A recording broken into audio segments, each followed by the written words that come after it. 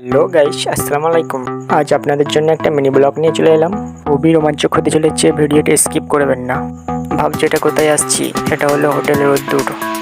এই গত 2 সপ্তাহ হলো এটা ওপেনিং হয়েছে, একদম নিউ বলা যায়। চলুন ভিতরে যাওয়া যাক, কি আছে দেখাই যাক। প্রবেশ করার পরই দেখছি সব বাঁশ আর বাঁশ। ভাবলাম পুজোর প্যান্ডেলে চলে এলাম নাকি, তারপর ভালোভাবে দেখলাম না, এটা তো রেস্টুরেন্ট।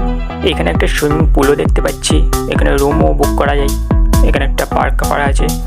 তারপর এখানে একটা বার্থডে মানাবার জন্য, পার্টি করার জন্য একটা গেস্ট রুম আছে। এখানে একটা কিচেন রুম। এইখানে ফ্যামিলির সঙ্গে টাইম ওয়েস্ট করার জন্য দেখতেই পাচ্ছ ছাদ করা আছে আলাদা করে পার্সোনাল। সবই দেখতে পাচ্ছ বাঁশ আর খড়, খুবই ন্যাচারাল জিনিস, মানে পুরনো জিনিসকে ফুটিয়ে তোলার একটা যে ভাব থাকে সেটা এখানেই করা হয়েছে। এখানে একটা বাঁশের ব্রিজ দেখতে পাচ্ছি, সত্যি বলতে ব্রিজটা একদম ফটো তোলার জন্য পারফেক্ট। তারপর সব ঘোরাঘুরির পর আমরা চলে গেলাম একদম কাউন্টারে চা খাবার জন্য। কিন্তু ব্যাড লাক, আজকে চা শেষ, মানে এতই ভিড় হয়েছে চাও শেষ হয়ে গেছে। কিন্তু কিছু করার নেই, ব্যাড লাক। মশলা কোল্ড অর্ডার দিলাম, গিয়ে এবার মশলা কোল্ডটা নেব।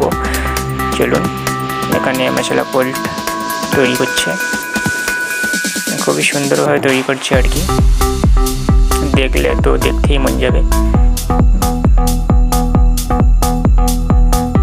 আরও অনেক কিছু ভ্যারাইটিস আছে, সোডা আছে, তোমরা আসলে কিছু অন্য কিছু ট্রাই করতে পারো। এটা আইস দিচ্ছে,